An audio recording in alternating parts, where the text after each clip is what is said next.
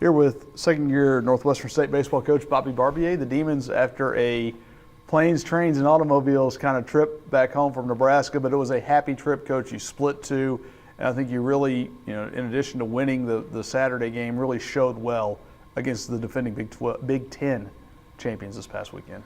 We did, and we competed well, which is the most important thing. Even after getting hit in the mouth early, even in the first game, they came out and they swung the bats well, and getting the big ground ball or double play. Nathan Jones got out the inning, and then Danny Halad coming in and backing Nathan up. When he did, they were just on him that day. It wasn't that he wasn't feeling strike zone; they were just on him, and kind of Ridge the next day. I did a good job against our starting pitchers that have had some success. But what good teams can do is they can beat you in different ways, and we were able to get some guys out of the bullpen that had good outings, and most proud probably of the way we competed down 6-0 in the second game. It'd be really, really easy for us to go, hey, we've got our win against a team that's perceived to be a bigger conference and better than us. Now we can go home and be happy. But we weren't satisfied, and we came back because that can get you in trouble when the perception and just that feeling of comfort, in life and in baseball can really get you in trouble. But it's not about the feeling. It's about it's really about this decision, the decision to make to really fight and continue to compete and fight because, like we talked about before, because it's fun to compete. 11 of 12 on the road, that's now behind you. You get 4 in a row at home. That's got to be a good feeling. That is some comfort you can enjoy.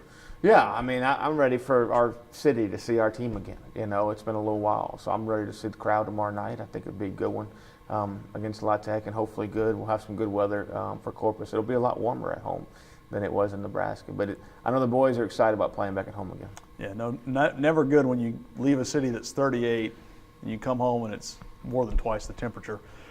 Speaking of Louisiana Tech, it's going to be a special day. It's going to be Randy Webb Day out there at Brown Stroud Field. And I know with you being an alum, you coached here when Dr. Webb was the president. Any specific memories or thoughts of him as the university honors him? Well, I can always remember seeing that white hair down there in the first row, and that's what we always remember seeing him. He was always a part of everything we did. It's going to be a really well-deserved honor that we're giving Dr. Webb for as much as he's done for us. And it's a little bit more special to do it this year. He's got a grandson who's in the program. Tyler's going to redshirt this year, Tyler Gatewood. Mm-hmm. Both of his son-in-laws are coming in to throw the first pitch. Just, again, a very special time, especially having that tie, again, really close tie to the program, even though Dr. Webb is no longer with us. Yeah, it is. It'll be good to see those guys again come back in town. We formed a good relationship with those guys, over the years. So it'll be a special night that hopefully a lot of people come out and see. Well, let's turn to the baseball side of things. A couple of weeks ago, you went into Louisiana Tech and won a game 6-4 in extra innings. I think maybe the 8th game of the season is a little bit early to say it's a turnaround victory or a momentum-shifting win, but I think that one kind of got you guys going.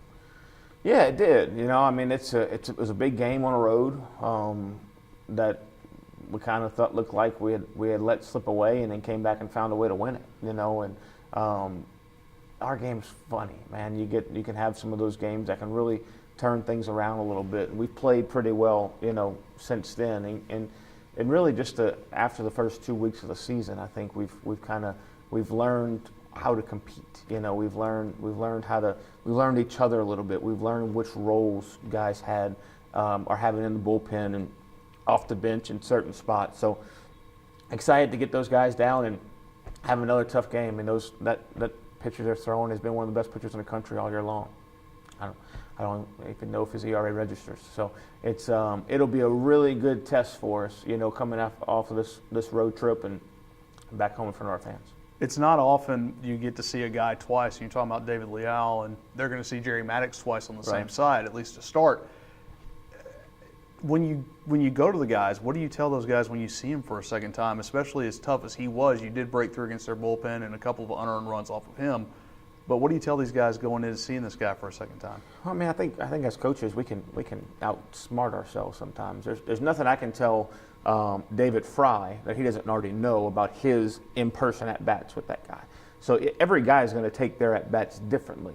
You just hope that because they've seen it, that they'll be more comfortable in the box against them. And And he is a little different, you know. I mean, he's big, he's left-handed, he throws from a kind of a different angle. It's not 95, you know, but really effective, can really command the ball. So you hope that just from seeing it over and over again, you know, we do kind of live at bats where guys get to face the same one of our pitchers, you know, 8, 9 times in a day.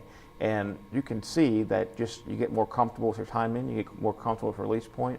Now, this guy has been really good, you know, so hopefully that balances it out a little bit. But, you know, Jerry's a much different pitcher now than he was when he faced him early in the year. The last couple outings have been really, really good, commanding the off-speed stuff. So hopefully they get to see a different Jerry Maddox than what he was when he played La Tech. Well, you mentioned not seeing 95 Tuesday night. You may see that this weekend when Texas A&M-Corpus Christi comes to town. Aaron Hernandez has put up some eye-popping numbers on there. And as a team, they've been a little better, I think, than most people expect. Maybe somewhat similar to what the outsiders thought of this team. Yeah, I mean, they played well. I think Sam Houston got him a few times this weekend. But up until this weekend, you know, Scott and I are really close. We talk all the time, and they've been playing well. And I think they do it the right way, you know. So happy for those guys for that. Yeah, Hernandez is great. You know, I don't know what day he's throwing on yet. We really haven't dove too much into those guys. You know, but I'm sure it'll be a tough task for us. I mean, him and everybody else who's pitching for them. When you're playing a team that's playing well, you know, guys seem to set their game up a little bit. So, you know, excited for the opportunity. And again, a team that maybe a little bit like Nichols, they don't seem to strike out a lot, put the ball in play, put pressure on your defense. Yeah, and I think we saw from the weekend what happens when you limit strikeouts. You know, I think we had 3 on Saturday and maybe 7 on somebody we had 15 hits on Saturday. It's numbers, right? If you put the ball in play more, you got a chance to get hit more often. So the teams that can normally do that normally have pretty good offensive numbers. So yeah, it'll be a tough task for our pitching staff to hold those guys down. But it's about us. You know, it's about us, how we compete. Regardless if it's La Tech or Corpus Christi, whoever we play, how we compete in the game in the moment. One last thing you mentioned Coach Malone and you are good friends. He is a Twitter foodie. Any recommendations you'd have? He's been coming here a long time, but maybe some Barbier family gumbo or? Yeah, he's already texted me about what he should eat when he's in town. So, yeah, he's always welcome at my house to eat whatever we have, so that's for sure. But, yeah, I'll have the crew in this week and want to cook him something up. All right, thanks, Coach. Thank you.